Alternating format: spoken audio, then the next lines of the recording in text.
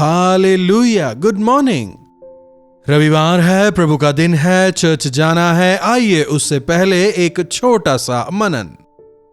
पवित्र पिता, एक बार फिर से आपका धन्यवाद। आज दोबारा आपके चरणों में हम आते हैं। अपने वचन द्वारा आप हमसे बात करें, वचन की गहराइयों को हमें सिखाएं। यीशु के नाम से प्रार्थना मांगते हैं, आमीन। क्यों हमें चर्च जाना है, क्यों प्रार्थना करना है, क्यों बाइबल पढ़ना है, क्यों हमें प्रभु के लिए जीवन बिताना है? कुछ लोग ऐसे सवाल लगातार करते रहते हैं। हां पादरी साहब, हम प्रभु पर विश्वास इसलिए करते हैं कि हम आशीष पाएं, बच्चों का विवाह हो जाए, हमारी बीमारियां दूर हो जाएं, घर में जो कर्ज हैं वो तमाम कर्ज सारे दूर हो जाएं। अच्छा, इसीलिए प्रभु पर विश्वास करते हैं।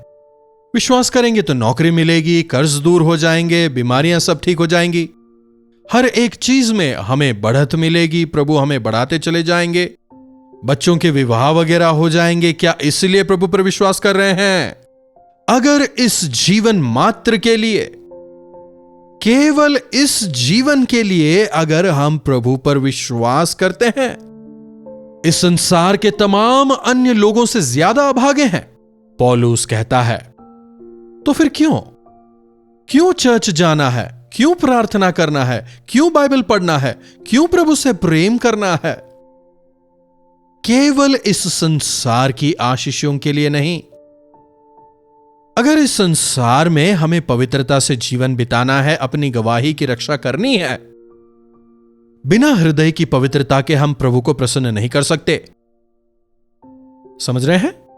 परमेश्वर से प्रेम करने वाले, अपनी पवित्रता को संजोए रखने वाले प्रभु के प्रिय होते हैं। उन्हें परमेश्वर की संगति मिलती है और परमेश्वर के राज्य के भागी होने का अधिकार मिलता है।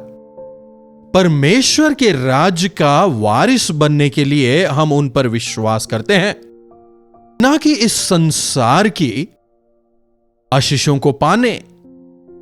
वो तमाम उनके साथ मिलेंगे। एक जमाने में जब हम सब्जी खरीदने जाया करते थे तो सब्जी के साथ में धनिया, मिर्ची, पुदीना मुफ्त में दिया जाता था। कुछ भी खरीदे बिना थोड़ा धनिया पुदीना मुझे दे दो तो क्या कहेगा? मेरे राज्य और धर्म की खोज करो तो ये तमाम चीजें तुम्हें मिल जाएंगी, प्रभु कहते हैं। तो इस संसार में हमें प्रभु के लिए पवित्रता से जीना है, धर्मी होकर जीना है। हमारे विचारों को जानने वाले प्रभु के सामने हम धोखा नहीं दे सकते। हमारे मन की गहराई को जानने वाले प्रभु के सामने अपनी सोच को छिपा नहीं सकते। अपनी देह के जरिए किए गए हर एक क्रियाओं को जानने वाले प्रभु को हम धोखा नहीं दे सकते। इस संसार में रहने के समय प्रभु ने जो हमें उद्धार दिया है उससे हमें सुरक्षित रखना है। यीशु ने हमारे लिए क्रूस पर जान दी, अच्छी बात है। उनके लहू के द्वारा हर एक मनुष्य उद्धार पा सकता है, बहुत अच्छी बात है। हर एक पाप से धोए जाएंगे, बहुत खुशी की बात है। लेकिन अगर आप प्रभु को अपने हृदय में नहीं स्वीकारेंगे, उनके वचन को अपने हृदय में नहीं अपनाएंगे, आपके स्थान पर यीशु क्रूस पर मारे गए कहकर यदि आप उन्हें उद्धारकर्ता अपने जीवन में ना स्वीकारें, तो आपके जीवन में कोई भलाई नहीं है। यीशु मसीह पर विश्वास करने वालों को इस संसार की आस नहीं होती। शरीर की आशा, आंखों की अभिलाषा और जीविका का घमंड, ये सब सांसारिक बातें हैं। जब हम प्रभु यीशु मसीह से प्रेम करते हैं, इस संसार में हमारी तमाम जरूरतें प्रभु पूरा करेंगे, नो डाउट, इसमें कोई भी संदेह नहीं है। लेकिन बिना हृदय की पवित्रता के हम प्रभु को प्रसन्न नहीं कर सकते। शायद आप कह रहे हो, हम रेगुलरली चर्च जाते हैं, बचपन से ही हम कोई भी संडे मिस नहीं करते, हम रोज बाइबल पढ़ते हैं और प्रार्थना करते हैं, हमने एक बार नहीं 3-3 बार बपतिस्मा लिया कहने वाले भी कई लोग हैं। बपतिस्मा केवल एक ही बार है, बाइबल बताता है। 3 बार बपतिस्मा लेने से आप ज्यादा पवित्र नहीं होंगे। वास्तव में जब आप मसीह को अपने हृदय में अपनाते हैं तभी हमें बपतिस्मा लेना है, उसके बिना बपतिस्मा लेने का कोई प्रयोजन नहीं। हमारे अंदर जो बदलाव आया है यह उसका एक स्वरूप है। बाहरी रूप में सबके सामने हम यह कहते हैं कि हमने प्रभु को अपनाया है। इसमें कोई दो राय नहीं। आज बपतिस्मा लेने वाले कई लोग नरक की ओर अग्रणी हो रहे हैं।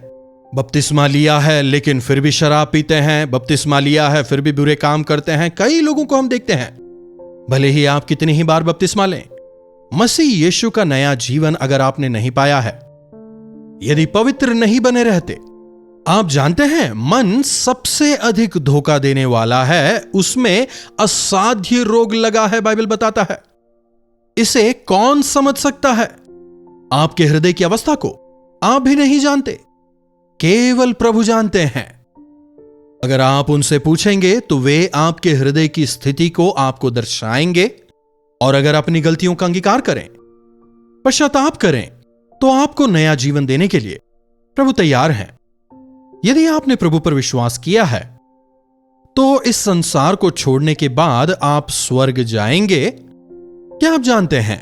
क्या इसलिए आपने प्रभु पर विश्वास किया है?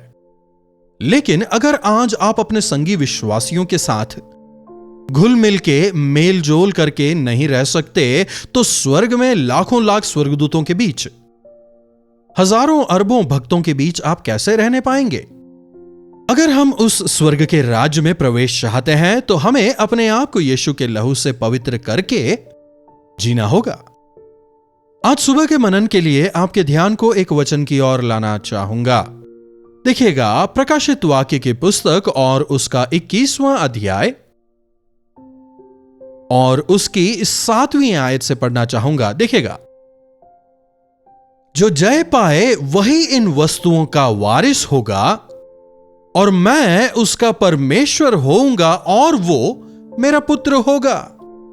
जय पाए हुए स्वर्ग के वारिस होंगे। जब हम प्रभु यीशु मसीह को अपने जीवन में स्वीकारते हैं, हमें प्रभु यीशु मसीह के संतान होने का अधिकार मिलता है, और उन्होंने हमें स्वीकारा इसलिए हमें वो हक मिलता है। समझ रहे हैं? जो मसीह यीशु का अंगीकार करते हैं, उन्हें उनका संतान कहलाने का अधिकार मिलता है। प्रभु की संतान कहलाए जाने के बाद हमें उनकी संतान की तरह जीना भी तो होगा ना। इस संसार में हमें मसीह की तरह ही जीना होगा ना। अपने पुराने मनुष्यत्व से हमें छुटकारा पाना होगा ना, जय पाना होगा ना।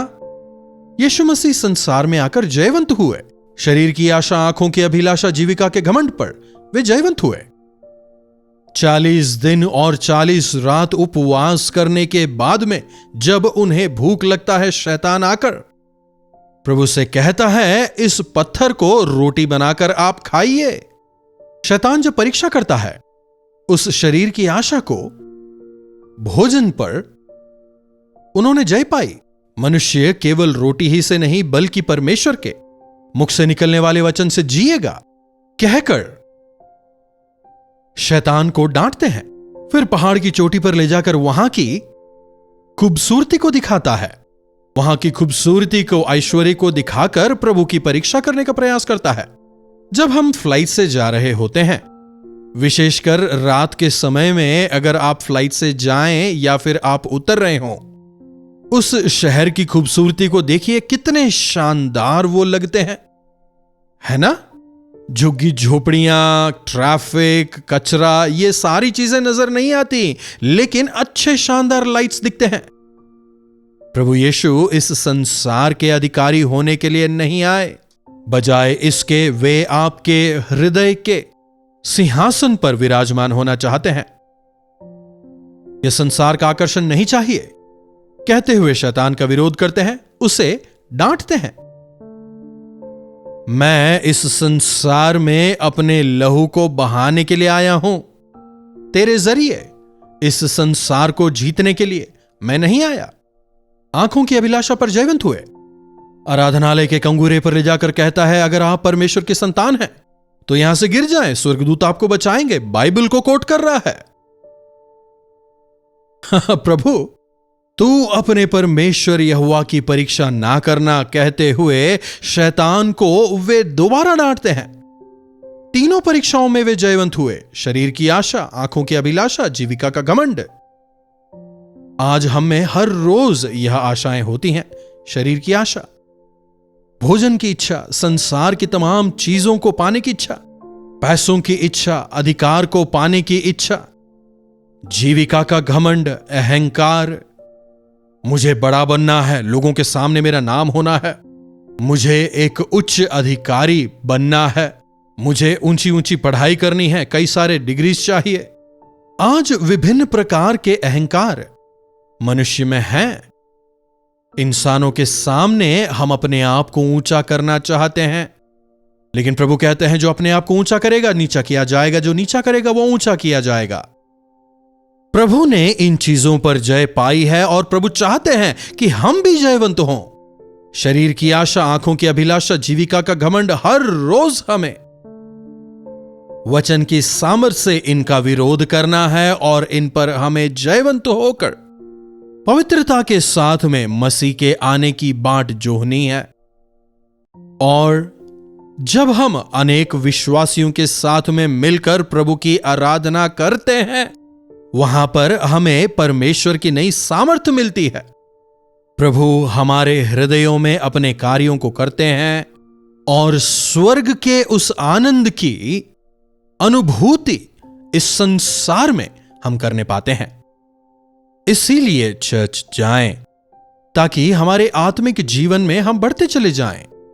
प्रभु के भवन में जाकर हमें उनकी आराधना करनी है, हमें उनकी स्तुति करनी है। अन्य विश्वासियों के साथ मिलकर हमें प्रभु परमेश्वर के नाम को ऊंचा करना है। सच्चाई से हमें उनकी स्तुति आराधना करनी है, उनकी उपासना करनी है। जी हां, एक समय आएगा जब हम प्रभु यीशु मसीह के साथ में उनके रहने के स्थान पर उनके साथ निवास करेंगे। तमाम अन्य जो भक्तगण हैं, उनके साथ में मिलकर हम प्रभु की आराधना निरंतर करेंगे। प्रभु के साथ रहने का सौभाग्य हमें मिलेगा। इस 21वें अध्याय को आप पूरा पढ़ें, कई गहरे भेदों को आप समझने पाएंगे। तीसरी आयत से देखिएगा, फिर मैंने सिंहासन से किसी को ऊंचे शब्द से यह कहते हुए सुना कि देख, परमेश्वर का डेरा मनुष्यों के बीच में है। वे उनके साथ डेरा करेंगे और वे उनके लोग होंगे। परमेश्वर आप उनके संग रहेंगे और उनके परमेश्वर होंगे, और वे उनके आंखों से आंसुओं को पोंछ डालेंगे। और इसके बाद मृत्यु ना रहेगी, ना शोक, ना विलाप, ना पीड़ा रहेगी, पहली बातें जाती रहीं। फिर 6वीं आयत में वे कहते हैं, मैं ही अल्फा और ओमेगा हूं, मैं प्यासे को जीवन के जल के सोते में से सेंतमेंत पिलाऊंगा। जो जय पाए वही इन वस्तुओं का वारिस होगा। तो इसीलिए इस संसार में एक विश्वासी के लिए आवश्यक है कि वो अन्य विश्वासियों के साथ संगति करे, आराधनालय जाए, वहां जाकर प्रभु से प्रार्थना करे, मिलकर प्रभु की उपासना करे, सच्चाई से उनकी आराधना करे। यह जरूरी है। मसीही कहकर यदि आप अपने आप को पवित्र ना रखें, हो सकता है भले ही आप रेगुलरली चर्च जाते भी हों, लेकिन फिर भी प्रभु कहते हैं इसमें आपका कोई भाग नहीं, स्वर्ग के राज्य में आपका कोई भाग नहीं। 8वीं आयत भी देखिए, पर डरपोकों और अविश्वासियों और घिनौनों और हत्यारों और व्यभिचारियों और टोन्हों और मूर्ति पूजकों और सब झूठों का भाग उस झील में मिलेगा जो आग और गंधक से जलती रहती है। यह दूसरी मृत्यु है। स्वर्ग सबके लिए नहीं है, केवल उनके लिए जिन्होंने प्रभु को अपना उद्धारकर्ता माना है और पवित्रता से जीते हैं। प्रभु को अपना उद्धारकर्ता मानने से डरने वाले, प्रभु पर विश्वास ना करने वाले अविश्वासी, गलत अपवित्र कार्य करने वाले, व्यभिचार करने वाले, हत्या करने वाले, टोना टोटका वगैरह करने वाले, तमाम झूठे लोग स्वर्ग में नहीं बल्कि नरक में डाले जाएंगे। यह दूसरी मृत्यु होगी। इस संसार में हम एक झटके में मर जाएंगे, लेकिन दूसरी मृत्यु जहां ना आग ठंडी होगी, ना वहां के कीड़े मरेंगे, वहां केवल रोना और दांत पीसना होगा। वह हमारे लिए नहीं बल्कि शैतान और उसके दूतों के लिए तैयार किया गया है। अगर आप शैतान के पीछे चलते हैं तो यकीनन आपका अंत भी उस नरक में ही होगा। लेकिन यदि आप मसीह यीशु पर विश्वास करके उनके अनुसार चाल चलते हैं, शारीरिक आशा और आंखों की अभिलाषा को नकारते हुए अगर आप पवित्रता से जीवन बिताते हैं, तो हमें प्रभु के संतान होने का अधिकार मिलेगा। वे हमारे परमेश्वर होंगे और निरंतर उनके राज्य में निवास करने का सौभाग्य हमें मिलेगा। दैनिक मनन के कार्यक्रम को सुनने वाले आप सभी उस स्वर्ग में पाए जाएं, कोई भी नाश ना हो, इसी इच्छा के साथ हम इस कार्यक्रम को आप तक लाते हैं। अगर अब भी आपके उद्धार में स्थिरता नहीं है, व्यक्तिगत तौर पर प्रभु के पास जाएं, प्रभु से कहें, प्रभु मेरे हृदय की अवस्था मुझे बताएं। जिन बातों में आपका हृदय दोष लगाता है, प्रभु के सामने उन्हें स्वीकारें। प्रभु यीशु मसीह का लहू हमें हर पापों से शुद्ध करता है, वे हमें नया हृदय देंगे। प्रभु की आत्मा को पाकर एक नया जीवन पाकर जीवन बिताएं। जनवरी 1 तारीख का इंतजार ना करें, उद्धार का दिन आज है। आज ही प्रभु से प्रार्थना करें। प्रार्थना। महापवित्र परमेश्वर, प्रभु आपके वचनों के लिए एक बार फिर से आपका धन्यवाद। प्रभु आप में जो महान आशा है, इस आशा के लिए हम आपका धन्यवाद करते हैं। हम पूरी दृढ़ता से जानते हैं, मानते हैं कि मृत्यु के बाद जीवन है। प्रभु उस आने वाले जीवन के लिए तैयार होने में मदद करें। पवित्र आत्मा की उस महान सामर्थ्य को पाकर शरीर की आशा, आंखों की अभिलाषा, जीविका का घमंड, तमाम पापों का विरोध करते हुए प्रभु यीशु आप में दृढ़ होकर विश्वास को थामकर पूरी पवित्रता के साथ आपकी महिमा के लिए जीवन बिताने का अनुग्रह हम सबको दें। यीशु के नाम से प्रार्थना मांगते हैं, आमीन। अब हमारे पिता परमेश्वर का प्रेम, प्रभु यीशु मसीह का अनुग्रह, पवित्र आत्मा की संगति और सहभागिता हम में से प्रत्येक के साथ आज, कल और सर्वदा बनी रहे, आमीन। प्रभु परमेश्वर की महिमा हो। अपने प्रार्थना विषयों को आप हमें 9884907779 पर व्हाट्सएप, वॉइस मैसेज या फिर टेक्स्ट के जरिए भेजें। हम आपके साथ मिलकर आपके लिए जरूर प्रार्थना करेंगे। प्रभु अवश्य आपके जीवनों में चमत्कार करेंगे।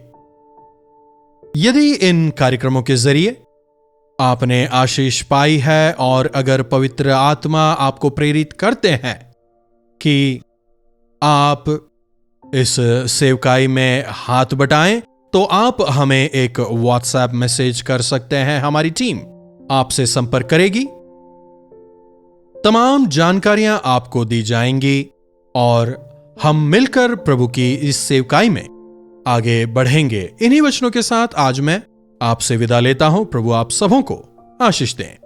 कल्वरी दर्शन, ये है प्रेम के दर्शन, यीशु प्रेम के दर्शन। कल्वरी दर्शन, ये है प्रेम के दर्शन, यीशु प्रेम